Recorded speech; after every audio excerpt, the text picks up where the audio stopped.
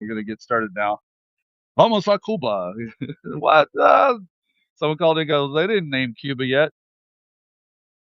They will. They always do. So, which brings me to the Cuban, which is why I went live. Marco Rubio, my hands are getting cold because the temperature just shifted. I'm walking earlier today with just a t-shirt, and then now snow's falling, and my little dainty fingers don't like it. I'm actually really tough until the fingers start doing that freezing part. Then I'm Janes Shalansky Viking. But Marco Rubio was just quoted as a conversation with Robert Fico, and it's interesting how America likes to side up with Russia's favorite little dictators and their favorite little Euroskeptics like Robert Fico, and who recently called Donald Trump essentially not well. I think if I'm paraphrasing properly, that's kind,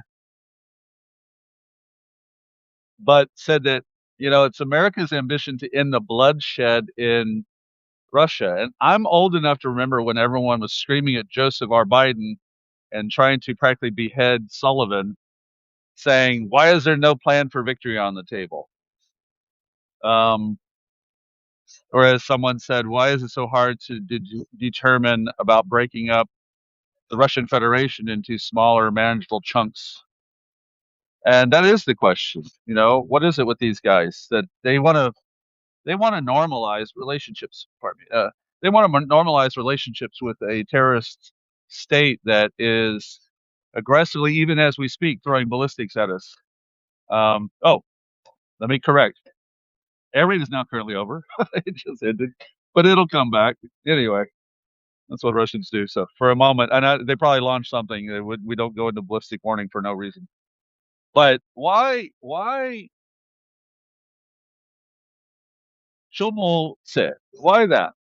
Um, Rubio would have been Castro's right hand man. How proud Rubio's father would be if he were alive today. Yeah, actually, I will say I'm not sure of all of his inner politics. I know he's Cuban, and I've got a pretty good historical overview of the history of Cuba as it relates to the United States, and in many ways its own. And I've often said that sort of the right wing agenda, an American, um, agenda throughout Central America, Cuba, and South America led the Russians to be able to, and be very clear, to be able to run its influence operations, because America was doing a lot of things of hybrid warfare and direct warfare in these countries for years, and that leads both in South America, Central America, and Africa to ripe ground, if you will, or fertile ground for the Russian active measures would play on that. Now, that's not to highlight Russia as anything good, because we know, if you've ever paid attention to good history, they had no interest in doing anything but controlling for their own ambitions, and they were already extremely imperial, etc. But you don't want to give ground to your adversaries by being the very force that is one of liberation, and America's playing around in Central America and South America, and Cuba especially, has been stupid as long as I can remember, cross administrations no less. And it's even laid bare now when you have Rubio in office, and certain people who think that Donald Trump is going to go build a Havana Riviera. And we know that basically the white Republican Party doesn't give a fuck about Latinos, does not give a fuck about Cubans except to wage them. And I lived in Florida from late 2017 into 2021, and Florida politics was very bizarre to me. I'm going to bring on one of my friends, hopefully next week, Evelyn Perez Verdia, where we were talking about disinformation in the Latino Spanish language sphere, especially like the rise of QAnon in that sphere. There was a channel called Gold 24, I think. Muy rápido. There was this woman. Uh, my brain's suddenly speaking Ukrainian Spanish. It's mujer, сказала muy rápido. Oh, there, I'll blend my Ukrainian and Spanish together.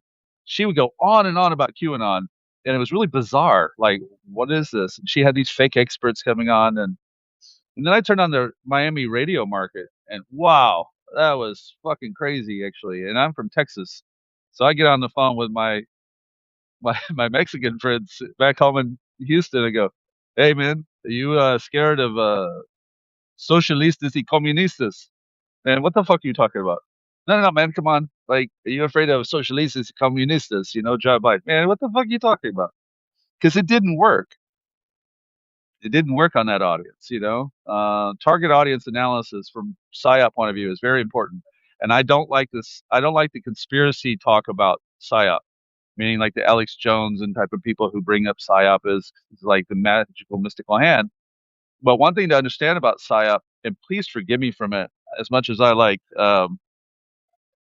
Dr. Braca, hearing music while I talk to you is actually difficult. So I'm going to see if I can't get that to not be in my ears because I want to sing to it on. If I could just get it to not be in my ears. There we go. There we go. Sorry. Um, but target audience analysis is very important to understand. Who is the message aimed to? Sort of like when you think of products, who is this trying to talk to? And what is the behavioral modification that they are seeking when they do this? And I don't see very well um, coordinated understanding of the different communities by a lot of the Republican Party. I will be honest with you, I pretty much don't even see it at all in the Democratic Party. Maybe it's there. But inside the manipulation sphere of the Michael Flynn's and General McInerney, that's what his specialty was psychological operations. And I will point out that Megan Mobbs, who likes to come here to Ukraine and a nepo baby that she is, the the serial general's daughter, was an officer in the U.S. Army trained at West Point, and her specialty was psychological operations. So she knows messaging really well, and she's out there talking about elections.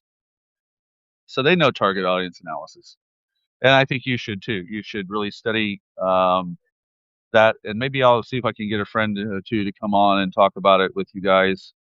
How do we view target audience analysis and PSYOP in the terms of election and electioneering, but also when it comes to things a little bit outside that in the political sphere and how it's used by strategists, because there are some that are obviously very savvy at this. And back to Rubio, uh, the messaging about the White House wants to end the bloodshed in Ukraine is empty by virtue of the one way you can actually stop it, which is to defeat the Russian Federation.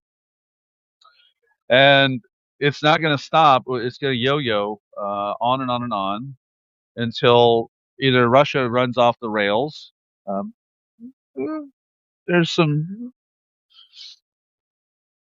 ways that we can see that they have problems, but not when you keep reviving them, or as my friend says, throwing oxygen on the monster. And this administration repeatedly throws oxygen on the monster. They're afraid. They're actually constantly um, throwing buoys to the Russian Federation. And when I see Rubio talk about they're trying to end the bloodshed, it's just bullshit. It's absolute bullshit. My friends in the Ukrainian military are trying to end the bloodshed. They do it by killing orcs. When orcs come in, they do everything they can to kill the orcs from coming in. And on the psychological operations side, there is a you want to live campaign that's designed to give Russians that claim they don't want to join a chance to make a different decision.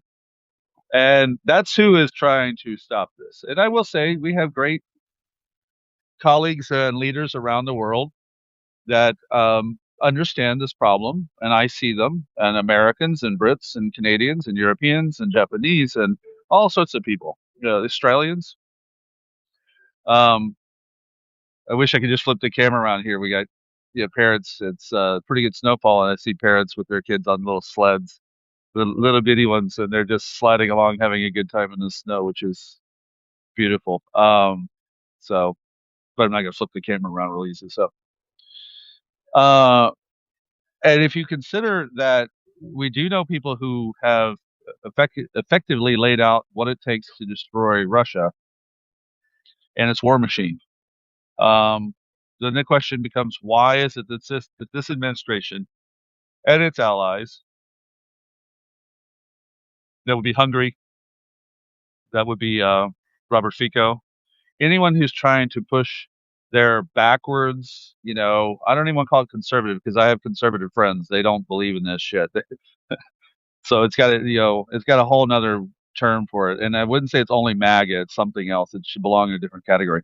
In Europe, for those who don't know this term or relate to this term, Euroskeptic is the term that's used for the groups in Europe who are trying to pull apart the European community for different reasons. And Russia fuels the fuck out of them, both with rubles and political support. And yes, snowflakes. It is snowing. I was walking around earlier with only my T-shirt. Back to my nickname, Tilky Futbolka, only T-shirt guy. And right now, no. I decided to put the jacket back on and get warm and get my coffee. And I love snow. Sorry, I love snow. I know we get we get a little tired of it after a while. We want it to be warm, but yeah. And part of the reasons why and I'm just put it right there. It's on the money. Um, this is why did my corruption report the other day on one of my last Substacks this week was look at the money. Over and over again, Russia fuels corruption for a very good purpose. That is the way in which Russia intends to keep this hemisphere Russian. The corruption that we talk about in Ukraine, Russian. Why do you think they wanted Medvedev or Medvedchuk? Sorry, Medvedchuk. And it's because they wanted someone who will do the bidding of the Kremlin corruption machine, the Red Mafia. Actually, I hope I can get my book, The Red Mafia, sent back to me from America. I have a whole book collection I do not have with me. But anyway, in fact, God, I wish I could get out here in front of the lighting where you could see the snow coming down. It's coming down pretty well. Very beautiful. Um, but the mafia state that is the Kremlin is really, really still highly invested in European manipulation, hybrid warfare, and the hybrid warfare in America.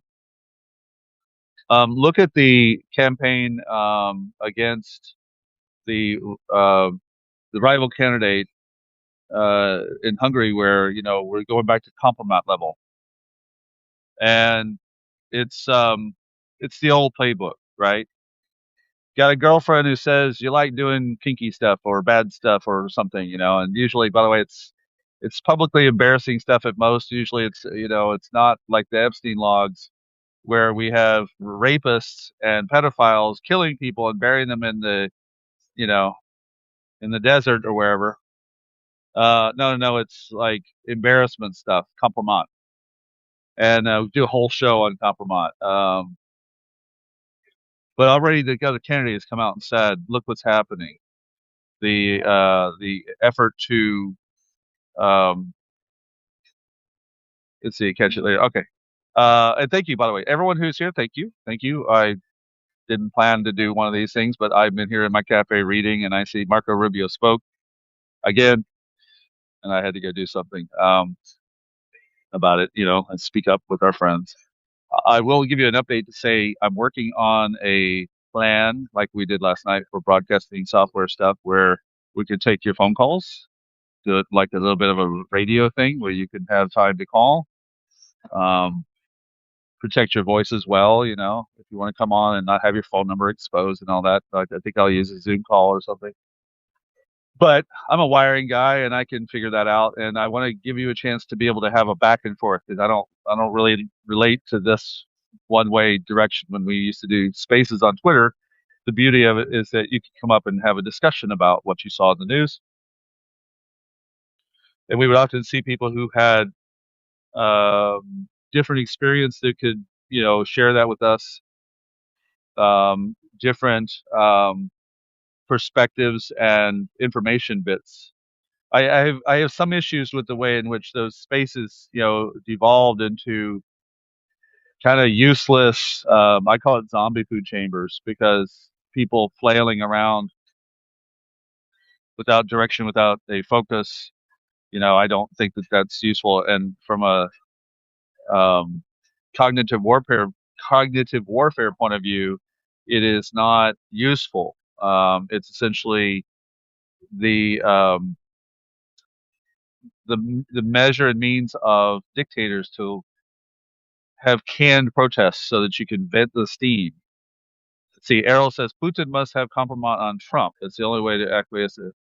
I have one problem with that, and I'm not here to offend that comment. Thank you for saying that. I appreciate that. I think it's different than that because it's sort of like Trump would do the right thing if not, and that I know you would agree that that's not Trump. Trump is a very bad person regardless. So you and I have a moral compass that says I wouldn't want anyone to know that I was at Mar-a-Lago with a bunch of whatever he has at Mar-a-Lago. I don't know. Never been to Mar-a-Lago. Drove by it. When we had that kind of compass, that what's it called? Conscience, compunction, even, right? Then that's the world we live in, and that's the compass we live by, and that's good. You know, I have a whole bunch of friendships in the past that like didn't go as well as we wanted, and I look back at 56. I'll be 57 this year, and I go, how many? Like I could mostly put them on one hand, and I like, why did you beat yourself up all those years? Maybe they did something, and I still won't really rewire it. I still think I could have maybe said something different, and that friendship would be around. And even though plenty of friendships went along fine, most of them, nearly all of them. Occasionally, there's something that oh, maybe if I hadn't said he was an asshole. And when you have compunction and a moral compass, it's hard to relate to the guileless people like Trump, who has never had this. He literally displays not sociopathic behavior, but psychopathic behavior, unable at wiring level to have any empathy for anybody. Whereas sociopaths are a learned trait, psychopaths are a born trait. And he's either an advanced sociopath because of his, Fred Trump's effect on him, and the mom's, lack of participation in his life, and that's not just Mary Trump's interpretation, which I think we should pay attention to. She knew the family. She knew what Trump family did to her dad, but also it's demonstrable in his actions over all those years. So I've been more focused on, for the last couple of years, on saying that Trump has a worldview that matches the Kremlin's. He's just stupid. So he has a worldview that matches theirs, but he's also ridiculously fucking stupid. He knows nothing. Everyone who's ever worked around him, Mattis and all those guys, like, I mean, he's fucking stupid. Absolutely fucking stupid. And why does that matter is because at least a smart person has some part of it that they want to win something for themselves. He goes to meet Kim Jong-un, walks away empty-handed. He goes and meets the Taliban, collapses the country. He goes to meet Putin, gets out of the red carpet, and all he wants is a fucking pat on the back. That's stupid. If I were Donald Trump, I'd want something back, like big.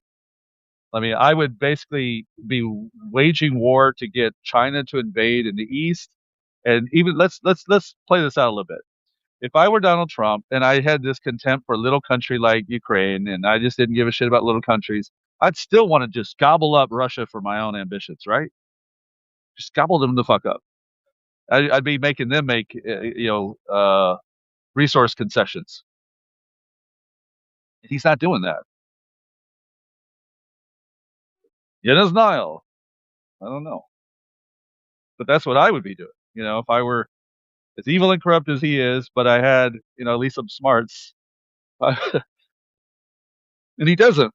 He has no smarts. He has, like, even in business sense, he has no ability to articulate anything. He pitches and pitches and pitches and pitches in a way that shows how he is dumb at every turn when it comes to people coming up to him. Yeah, Rex Tillerson said he was a fucking moron. Exactly. There's a great example. Rex Tillerson, Exxon CEO, knows how to play the game of corruption and resources well. You know, like yeah. My first political activity as a kid was divestment at Shell Oil Building in Houston over apartheid. So I know that oil has power. And I grew up in District 29 of Houston, or District 29 of Texas, which is in Houston, the oil district. It's where all the refineries are, and also the Fifth Circuit, where the oil, basically the courts that are oil district. Oil's a big deal. I'm from Texas; it's a big deal. And yet Trump, he's too stupid to do that. So I think that his the one area of the wiring, and I wrote this in a four-part, the wiring of Trump and the betrayal of Ukraine, is that I'll get that snow blowing in my face now. Funny. Is that his wiring is big boat, little boat. His wiring is Ukraine's little, so I don't care. Russia's big, so I admire. And even though, like, I'm sure if you stood them next to each other, Zelensky's probably an inch taller than Putin. And he paid smart kids to take his test, probably. Yeah. Uh, if he actually, oh, that's right, he did actually, didn't he? He did with the, I forget his, I don't have his bio resume back in my head right now. I'm trying to forget the shit that I know. It's so burdensome. I did a lot of work on this guy. I did a lot of work on this guy. I worked as a researcher on 4 important books about this shit, and the footnote work that I do. I'm not a ghostwriter. I'm a footnote writer, and my thing is to develop pods of information, very targeted. And I had to go through all the little claims about, like, did he really talk to the Soviet ambassador? Yes, he did. You know, was it his idea or not his idea? Well, in the book Art of the Deal, he said Yuri Dubinin gave me the idea of Trump Tower Moscow. Okay, that ends that. Yuri Dubinin's daughter, Irina Dubinina, said in an interview, yeah, my dad gave him the idea, meaning he's too stupid to even say, maybe we could do Trump Tower Moscow. Has he done it? That's 1988 till now. Did he ever build the fucking thing? 38 years later. Never built it because he's fucking stupid. And he's a failure. Like, he's a ridiculous failure. So, yeah. But then he's got these minions, and Marco Rubio being one. It's kind of funny. I'm going to say very clearly to my friends, if anyone thinks Marco Rubio is the chance for some sort of sanity, stop. Stop. No, maybe no one in this room would say such a thing. Roy Cohn is his real daddy, of course. Yeah, yeah, yeah. Roy Cohn, the Roger Stone 2.0 or 1.0. I actually, I ran into Roger Stone at the Riverside Hotel on the way out when I went to I was living in Fort Lauderdale, and my girlfriend said, "You will eventually run into him." Maybe. And I was there's a musician that was playing at a cafe type place around right outside the Riverside, and I went to accompany him on his efforts. And as I was walking out, Roger Stone was walking in. I didn't say hi. By the way, I'm Chris. I'm also an author at Skyhorse Publishing, which is where his book is from, and my book on ISIS propaganda is from. But I didn't say that. I said, "Hey, a friend of Randy Credico's. Oh, you getting a drink? Yeah. Okay. Have a good night." And walk away, going, "Holy shit, that was Roger Stone." And he's as goony as you think he is. He's as weird and goony as you think he is.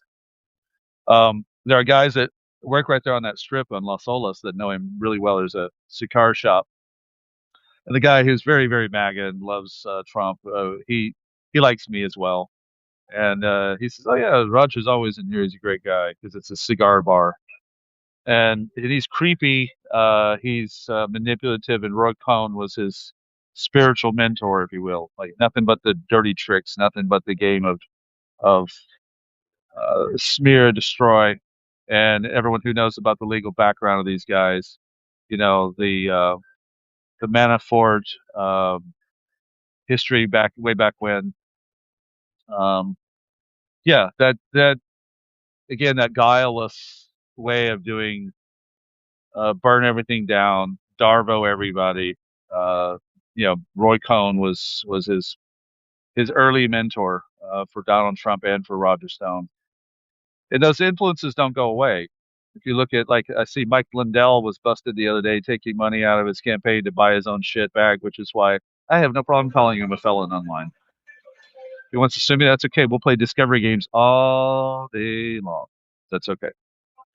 Got to know who these guys are. Got to keep pressure on them and never let up. They're going to get dirtier as we get closer to the election.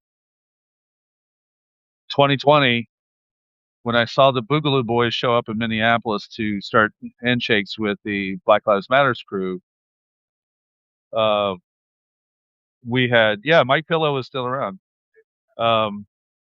When I saw that, I knew there was something up because it gave a new meaning to horseshoe theory. The idea that the far right and the far left will eventually join somewhere on the other side and cooperate, and or some people call it different terms, but horseshoe theory. And online, these groups were really, really in overdrive to destroy the election system, to gain everything back for Donald Trump by any means necessary. And there were vanguarding groups, if you will, that were willing to go even further than the others.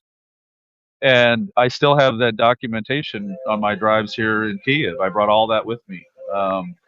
I have entire troves of exfiltrated Telegram accounts from over a dozen, maybe nearly, I think it's like 15 or 18 Proud Boy Telegram accounts, past and present, some of which have gone offline. Enrique Eterio and Ali Alexander and Laura Lummer and Michael Flynn and all those folks. The War Room with Steve Bannon. I have all of that. I'm still very much in there. And there's a thing that we say here in Ukraine whenever we're meeting with somebody and they want to share a video. У вас є Telegram. Oh, так. Можно, like, will you send me that file? Yeah, no problem. And it has nothing to do with the old work. I go, hold on, let me show you my old, this is the same Telegram account. And they flip back and they see like the ISIS shit, the neo-Nazi tracking and the Proud Boy track. I said, yeah, it's my old job of terrorism researcher guy. Sometimes you can't quit that shit. And then I really was hoping we wouldn't have to deal with it again, folks. I really was hoping that the insurrection, the crowd was going to be, on a slightly different path, and that the sedition hunters and the, capital, what do they call it, the capital hunters? I forget, like sedition hunters one, but there's another one. I was hoping that all that would be very fruitful, and I still be naive on a certain level. If you see the movie BlacKkKlansman, big fan of that movie, by the way. I left that theater back then. What year did that come out? I forget. 2018, 2019. I left it at the Riverside Theater in Florida, and I was clearly visibly upset. And the girl who worked at the concession stand, it was like just a kid doing her job, sees me, and she said, "You're upset," you know. She saw tears in my eyes. I was angry, and I was also put in my place. And I said, "We're failing at giving you the world you deserve. I just really didn't think we could go this far backwards." And the reason is because at the end of the movie, not to blow it for you because it doesn't blow the plot, but Spike Lee, all the movie is fictional retell, or it's a retelling, but it's all done with actors, and it ends with raw footage from Charlottesville, and that's one of his techniques. And seeing it laid bare like that against a movie about a black man infiltrating the Klan, led me to have to say with her, I didn't think we'd have to go backwards, and I was hoping we'd live you a better world. And that's what drove the tears, or that frustration, that anger, because I don't overstate my position, or I don't think you guys should in your own lives. We're just people. We're individuals trying to do our part to scoop the mountain with a spin at a time from one place to another, and it takes forever, and then we die. And I've said as an activist throughout my life, if there's one thing I learned with activists, is take your gains and measures and never give up, and realize most people never see the promised land. The majority of people never see the end results of the effort. That does not mean stop. Apartheid is not a thing, right? And I was a 16-year-old kid, 17-year-old kid, 18-year-old kid, 19-year-old kid. Yeah, amala wisiswe, kosisikilele Afrika, manupagamitsu ponolwayo, iswe michanda soye tu kosisikilela. I was the lead singer in a Zulu band eventually because I knew all these songs and songs of protest, and I still have a very good history in my head about the ANC and the memory of being able to give a 45-minute lecture in my government class in my senior year with no notes. All the other all the other what do you call it, like popular kids, they can do 10 minutes on China, and I could go 45 minutes on South Africa. And yet, look at it. I mean, it's a mess there, but it's not an apartheid mess, right? And there's a lot of things like that. Clarence Brandley was a guy on death row when I was 18 years old, 19 years old, and we fought for that, and he was freed. He was proven innocent, and eventually was freed. But they killed Francis Newton on my birthday in 2005. Same system that would have killed Clarence Brandley, that didn't, killed Francis Newton when there was evidence that, highly reasonable doubt evidence that wouldn't be admitted by Roe Wilson, who was the prosecutor. And so I can't be callous to say you win some, you lose some, but I keep it in mind as I get older when I hear people frustrated with the lack of results in politics and political action, because you just have to do it anyway. You can't say, and I'll have to sign off here in a minute because the battery's going to die and I didn't bring a cable, but you can't say it's not worth it if you don't see the success, because one, I do my political work when it's action oriented, based on other people, not me. There's very few things that I would be doing because of me. It's because those amongst us who need an advocate, those amongst us who need people to be focused, need you to do it no matter what. I live in Ukraine now for 4 years. Today is 1406 of full-scale war for me, and people, when they say like, "Oh, poor you," or "I'm so worried for you," no, no, no, no, no. That's not the way to look at it at all. Period.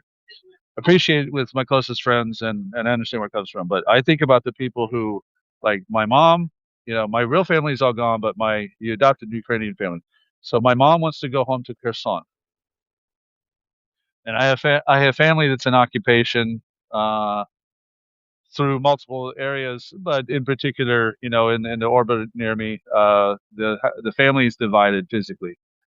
And I have a lot of friends who are displaced. One of my friends from Donetsk is today's his birthday. He's a young guy, 31 years old, and he's a good friend for a long time now since I got here. He's a musician, works at a music store here, and getting misty.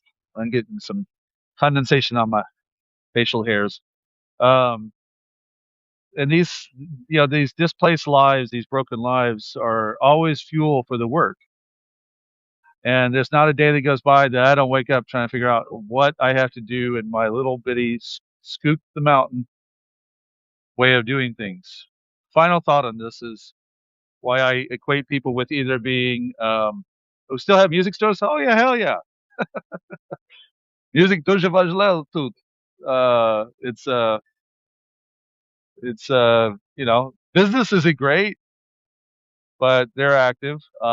They're busy. And people, you know, I have a lot of army friends that have instruments. Uh, and Moise Bondarchenko, like these guys who are famous now for playing violins in the ruins while also being soldiers.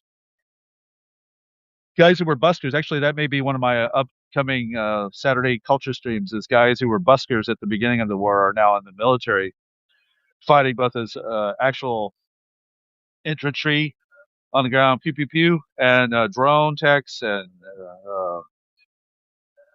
combat medics, and they're very important to me because I watched them when they were busking, when they were just out on the corner in Lviv or Kyiv, and like my friend Andrei Levchenko, who is a master and historian of bubon, the Ukrainian tambourine.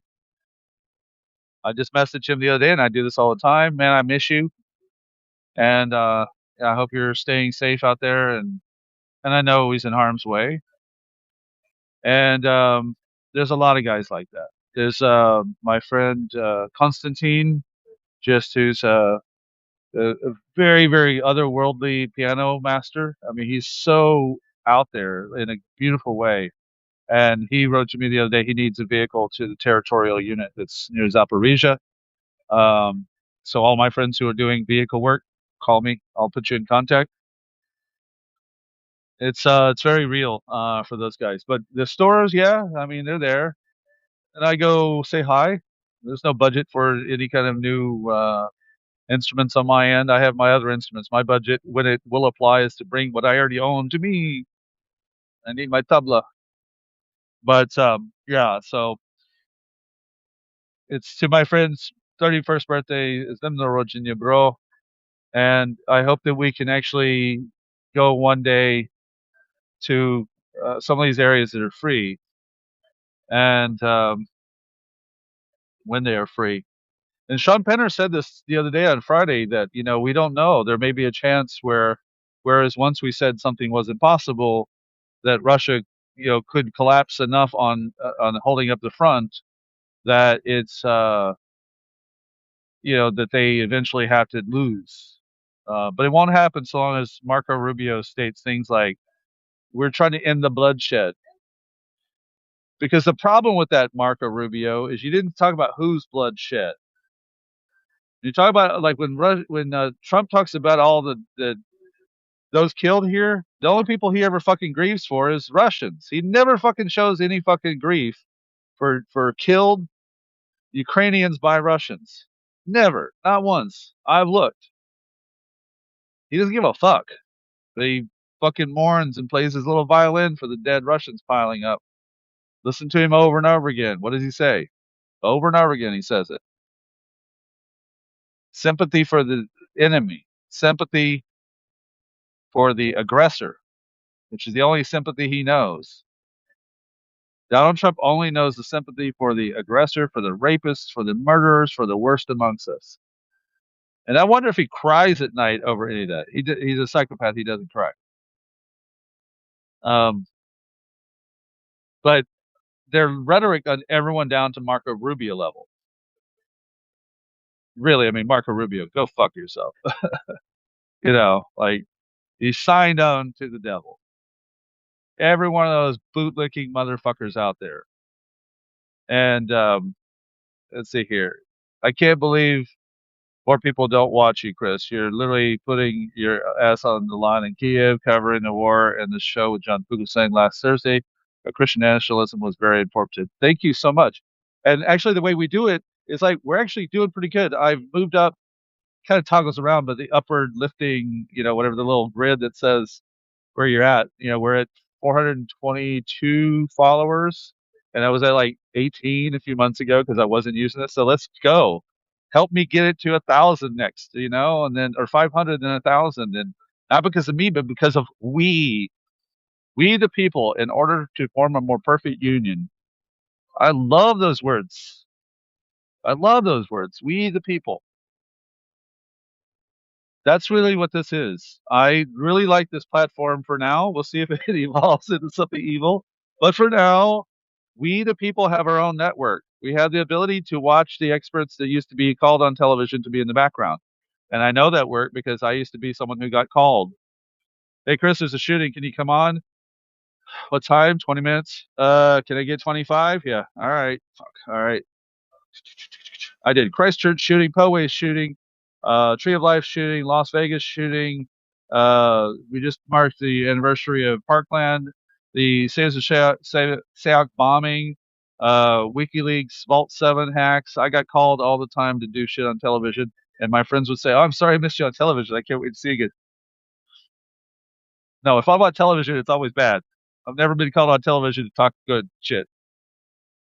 So, but thank you. I appreciate that, and I appreciate the vote of confidence because the funny part, and I just shared this with my Kung Fu Shifu today, is I've been here 4 years and I wouldn't get on camera. I just don't. I don't like selfie people. My bad. I never liked the one who got in the car in the truck going, okay, everybody, talk about the situation. And he just ramble stupid shit. But when I saw, Frank Bigluzzi and Glenn Kushner and those guys really doing well over here, that was part of it. But when I saw Staff Sergeant Officer Gonell in his car come in to talk to you guys from his car about what he'd been going through, that made it a lot easier because he's a humble guy I really love and respect. And don't forget, go find us on my post. There's a GoFundMe link that helps him out while he's going through some shit. I've lived my last basically 20 years of being friends with people who the only reason why I know them is because shit went wrong. If the shit had gone right, I would know Valerie Plame and Joseph Wilson. They would have just been on the news. But I started Cheney Watch to hold accountability as an important topic around Dick Cheney. And in 2010, if you go on veracityradio.com, my interviews with Colonel Morris Davis are still there, with Matthew Alexander, aka Tony Camarino, about interrogation, with Abu Zubaydah's lawyers, because I had to know as a journalist what the fuck was up. And I didn't have, like the radio station would have done that. I was at KPFT, they would have done that. But I needed to really just focus on it, like topic oriented and focused on it. And then I wound up in counterterrorism work as a researcher for all that remaining time, getting into the gears and also studies of hacking since I know computers and shit. Um, and now I'm here and I'm not quitting. I'm just going to retool every time we have an obstacle. You retool and you get back to taking the little scoop of one side of the mountain and put it on the other until you die. Until that time comes that your contribution is over. And that's it. There is no time for hero worship and all of that stuff. Um, Phone down to 10%. So we'll keep going. We'll just go until it just about dies. And that's my message to my friends. Like I said to my friend, do you want to be zombie food or do you want to be effective? And that friend said, I don't know what my skills are. Can you take a box from the left side of the table and put it on the right side of the table? Yeah. Then you could be a conveyor belt. Sometimes that's all we are, right? We just take one brilliant idea someone else came up with and we take action with it to the best of our ability. Today on my Instagram, which is mostly aimed with my Ukrainian friends, do you know a resource for people being hacked? Let me come back to that. Let me give me a second. But I posted the remembrance is not a violation, like post it we do here.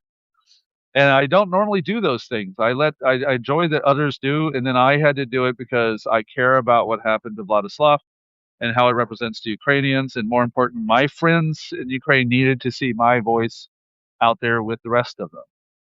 They would love me anyway as friends. I have amazing friends here, absolutely off the charts, glowing love for them, and I can feel it right back.